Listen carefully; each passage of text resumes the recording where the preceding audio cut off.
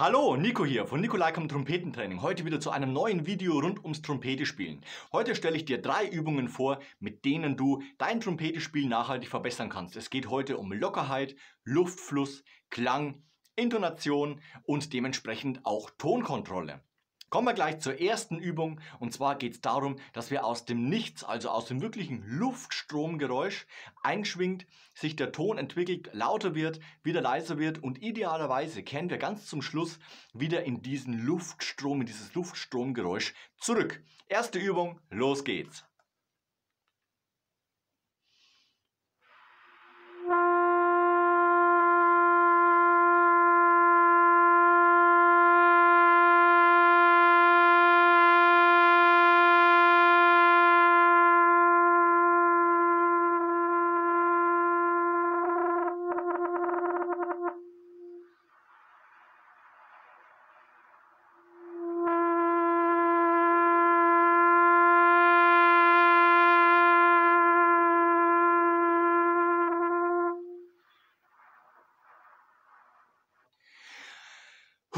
Also vom Nichts kommen, laut werden, mezzo forte, forte, fortissimo auch und dann dementsprechend wieder zurückkehren. Und du merkst dann immer, es gibt diesen Punkt, bei dem die Lippen nicht mehr so hundertprozentig durchschwingen, dann wird der Sound etwas bröselig und danach geht es zurück in den Luftstrom. Da unbedingt dranbleiben, nicht nachgeben oder irritiert sein, sondern über diese Punkte hinweg kämpfen, damit eben am Ende diese Bewegung mit Crescendo, Decrescendo und dem Luftstromgeräusch nicht nur einmal passiert, sondern dass du es immer wieder machen kannst, also auch mehrmals hintereinander. Wir kommen gleich zur zweiten Übung, und zwar Töne biegen. Das heißt, wir haben Töne treiben schon gemacht, das heißt von einem Naturton zum anderen geschmeidig durchbinden, ohne die Ventile zu drücken. Und jetzt geht es eben ums Töne treiben, das heißt, wir starten wieder auf unserem Ton G1 und versuchen anhand von unserer Zungenposition, unseres Ansatzes, die Töne nach unten durchzubiegen und eben wieder auf den Grundton, in dem Fall das G1, später ist natürlich ein anderer Ton, dann wieder zurückzukehren. Los geht's, wir starten auf G1.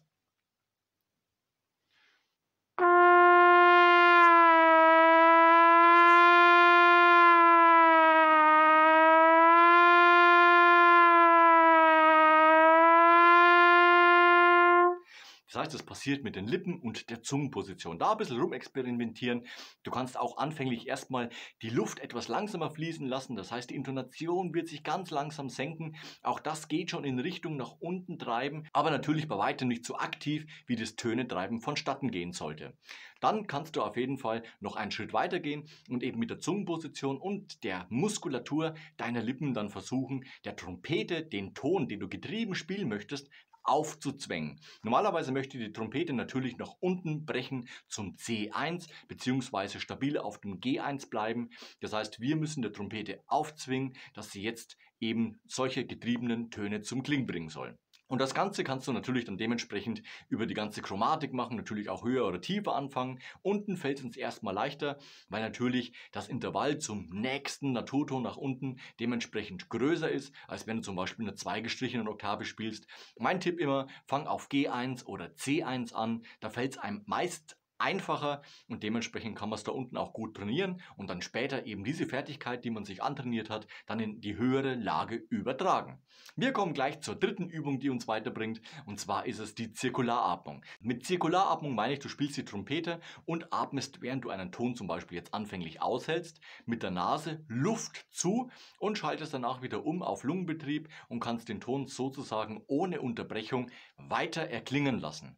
Das Ganze funktioniert so, du spielst einen Ton, die Backen werden jetzt als Zwischenspeicher genutzt, die Zunge schließt den Gaumen, du drückst mit den Backen, da ist keine Muskulatur, aber außenrum ist Muskulatur, du drückst die Luft heraus und die Kunst ist natürlich dann gleichzeitig mit dem Rausdrücken mit der Nase nachzuatmen. Dort geht dann die Luft wieder in die Lunge rein und dementsprechend musst du im Hals mit der Zunge wieder aufmachen, damit eben die Luft auch wieder aus der Lunge strömen kann und somit idealerweise ein Ton durchgehalten wird. Sollte es bei dir gar nicht funktionieren, dann kannst du hier oben mal die Zirkularatmung, das Zirkularatmungsvideo anschauen. Das habe ich mal speziell für diese Atemtechnik aufgenommen. Da bekommst du dann auch Tipps, wie du es trainieren kannst. So, wir gehen jetzt zum Zirkularatmen. Wir starten wieder auf dem G1, halten den Ton aus. Am Anfang muss man immer aufpassen, dass man nicht sich komplett voll macht, sondern man kann eigentlich schon mit halb leerer Lunge starten und dann dementsprechend hat man dann auch die Möglichkeit nachzuatmen. Wenn du ganz voll bist, dauert es ewig, bis du anfangen kannst mal nachzuatmen. Also pump dich nicht voll mit Luft, sondern starte in der natürlichen Ausgangsposition, ohne großartig zugeatmet zu haben. Los geht's!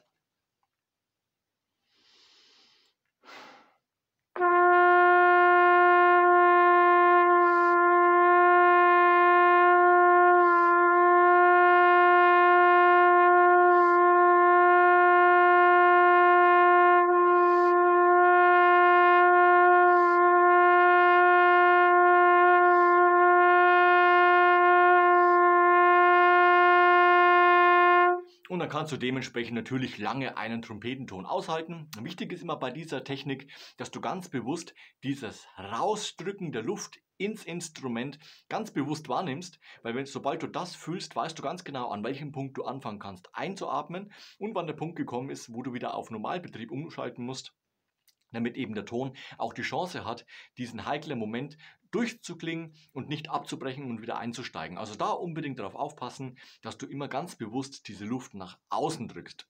Man spürt es ganz deutlich an der Muskulatur, die dementsprechend versucht, die Luft reinzugeben ins Instrument und dann eben mit der Nase versuchen einzuatmen. Das waren meine 3 Übungen, mit denen du dein Trompetespiel definitiv verbessern kannst. Lass am Ende von diesem Video noch ein Like und ein Abo da, das freut mich immer ganz besonders. Wir sehen uns nächste Woche zu einem neuen Video rund ums Trompetespielen. Dranbleiben, bis nächste Woche. Ciao, euer Nico.